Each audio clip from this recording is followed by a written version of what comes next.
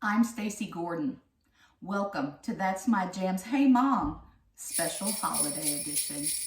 Hey Mom is a series of videos aimed towards people who are just learning to cook.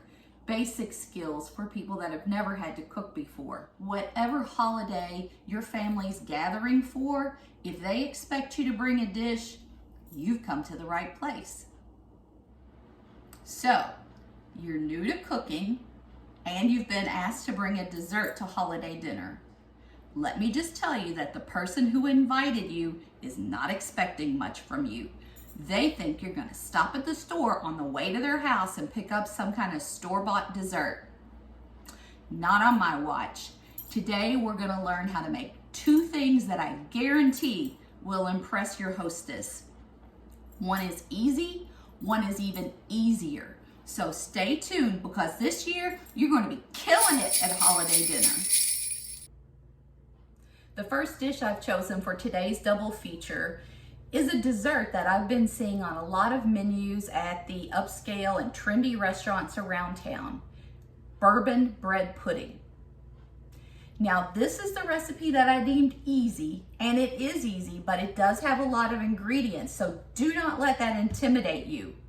Stay with me and follow along step by step, and you'll see that not only is this easy to make, but man, is it impressive looking and impressive tasting, and it is going to be a hit at your family's holiday dinner.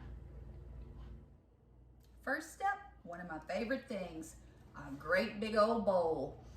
Yes, this is a top of a Tupperware cake taker from probably 1980. It's okay. It's great as a big old bowl.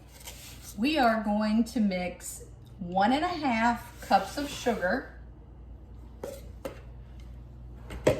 with 2 cups of very, very warm water. We're just gonna mix this around a little bit so that the sugar dissolves into the water. Next, we're gonna melt 6 tablespoons of butter. It looks like the sugar is dissolved in the warm water now, and I've already got the melted butter in there. So now I'm gonna add a can of evaporated milk. Don't get this mixed up with sweetened condensed milk. This is evaporated milk.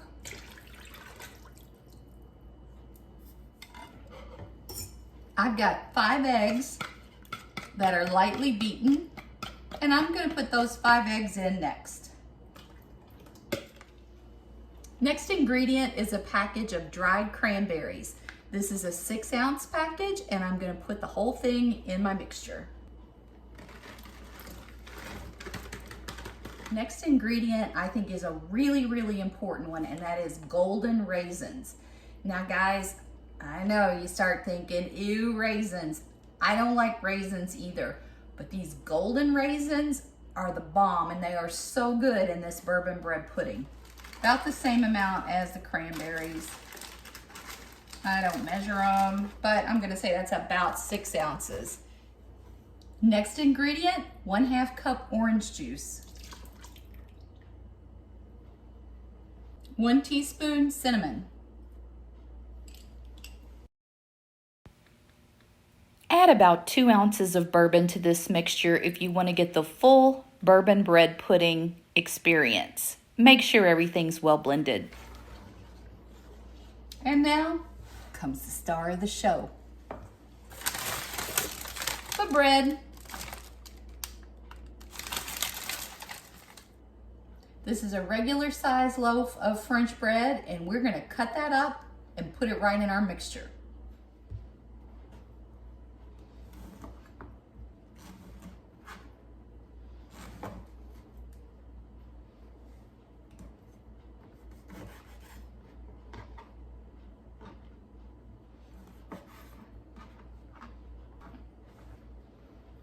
I'm gonna cut the bread into pieces about this size. And then that's going straight into our mixture. All right, I got all my bread cut up and into the mixture, and we're just gonna stir this around so that all of the bread is completely coated. And now I'm gonna push this aside and let it sit for about 45 minutes so that all those pieces of bread can take a nice long bath in that delicious liquid yum. And 45 minutes would be just about the right time to go listen to some Kiss records. During that 45-minute Kiss jam, I came in and stirred the mixture a couple of times and also got my oven preheated to 350 degrees. This episode's essential kitchen item is a 13 by 9 inch glass casserole dish. You're gonna use that a million times. Unfortunately, mine had a really bad accident a few days ago, and it will not be joining us in this episode or any other episode ever again. I'm gonna adapt to my adversity and use this great big cast iron skillet for my bread pudding.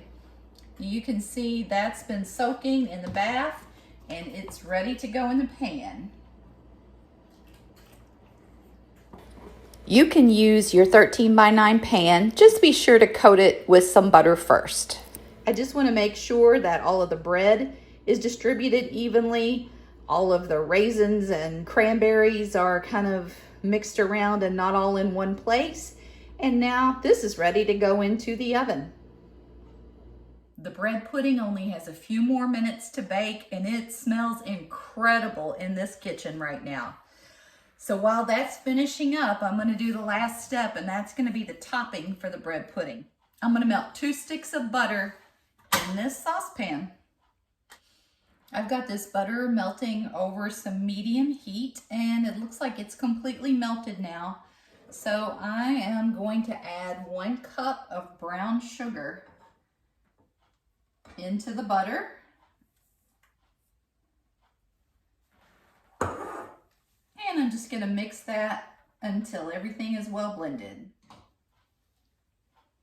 I'm going to go ahead and remove that from the heat and just continue to blend it.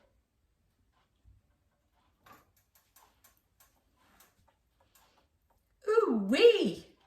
Can you guys see that? Ooh, that's pretty. We've got that off the heat now and everything is well blended. And we are going to add 2 more quick ingredients, a dash of vanilla extract because that just makes everything better. And finally our bourbon. We're going to use 2 tablespoons of bourbon. And being a girl from Louisville, Kentucky, I'm going to use a local bourbon here, Brough Brothers. This is the first African-American owned bourbon distillery in Kentucky, and also it's a family-owned business. So obviously I'm going to support those guys anytime I can.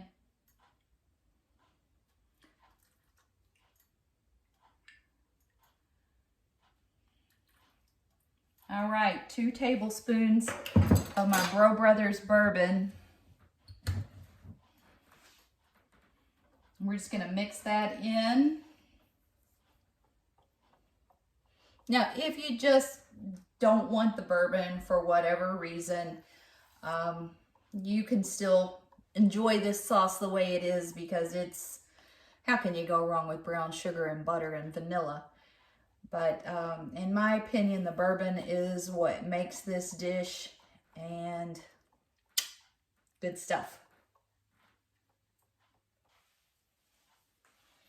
I've just pulled the bread pudding out of the oven, and boy, is it beautiful. So you have a couple of options here. You can either go ahead and just pour this topping all over the top of this and it's ready to go, or you can put this in some type of like a little gravy boat and serve up the pudding and then pour on top. Either way you go, this is gonna be a home run. I can just tell. People are gonna skip the turkey. They're not even gonna want the turkey.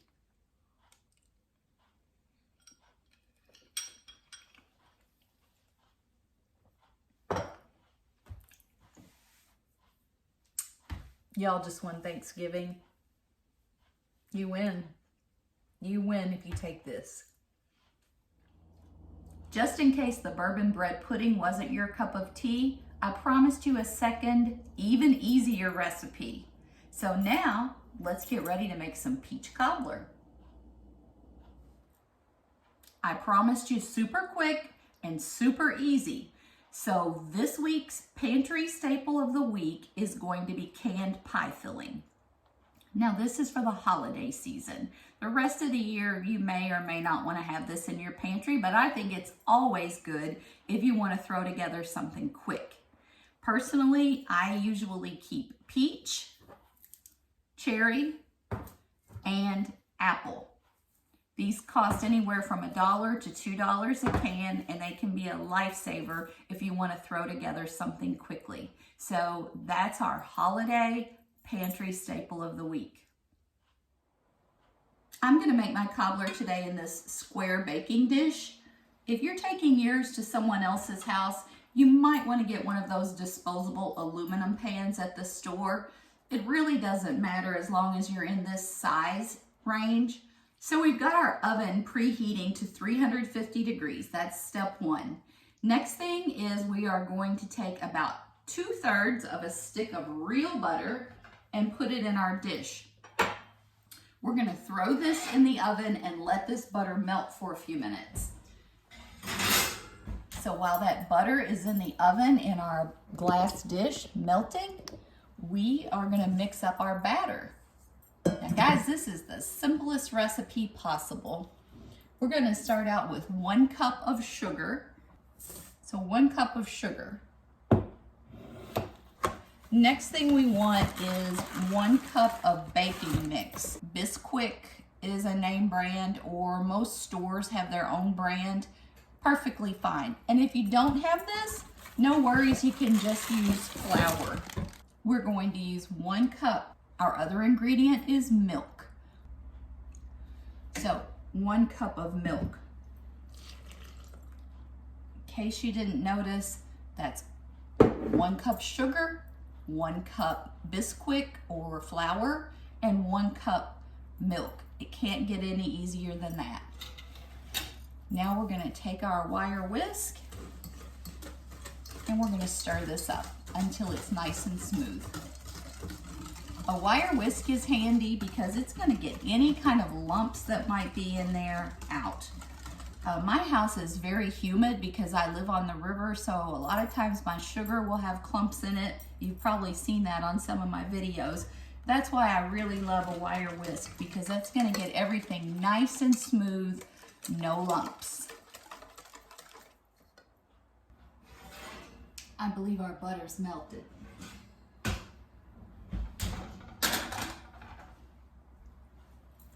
So the next thing we're going to do then is take this mixture, our 3-cup mixture, and we're going to pour that in right over the top of the butter.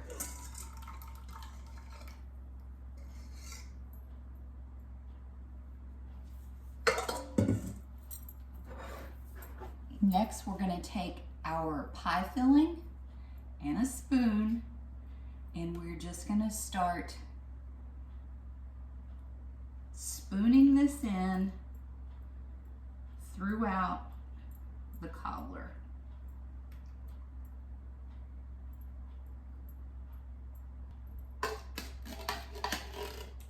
All right, so I've used that entire can of pie filling. Next step is the icing on the cake, so to speak. This is natural cane Turbinado Sugar. And you might ask what the difference between that and regular sugar is. Guys, this is really large crystal. It's nice and crispy. We are going to just sprinkle this all over the top of our cobbler. So as it bakes, it's going to have this really great crunchy, sugary top to it. I'm telling you, this is the key to this particular cobbler. Don't be shy with it. You want to make sure you get it on there nice and even. But this is going to give you a great crack and a little sugary, crispy goodness on the top of this cobbler. Mmm! All right, this peach cobbler's going into the oven. 50 minutes later, this is what we've got. You want this crust to be a deep golden brown, and you want to make sure that all that batter is completely cooked and nothing is runny. Guys, when you walk in the door with this beauty, everybody's eyes are going to be on you. And the only reason that you're going to have to stop at the store is maybe to pick up a pint of vanilla ice cream to go on top of it. Guys, this cobbler can be covered and kept for a couple of days, but I'm going to tell you, it's always best if it's served the same day it's made. Now, once you get it out of the oven, it needs to set for probably at least 20 or 30 minutes before you dig into it. But if there's any way you can make it the same day you plan to serve it, you definitely want to do that. So now you've got two really impressive, really simple desserts that you can take if you're asked to bring a dessert to holiday dinner. But what if you're asked to bring a side dish or an appetizer? Don't you even worry about that, because I've got two more videos coming. One for appetizers and one for side dishes. Don't you worry, I got you covered. In the meantime, turn off the TV, turn on some music, and just keep jamming.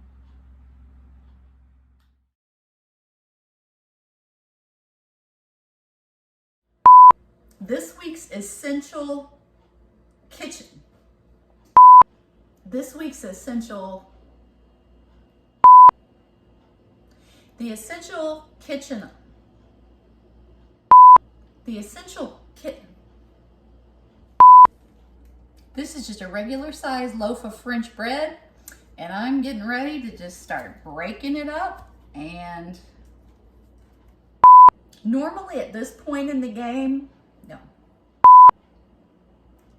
This episode's essential kitchen item. This episode's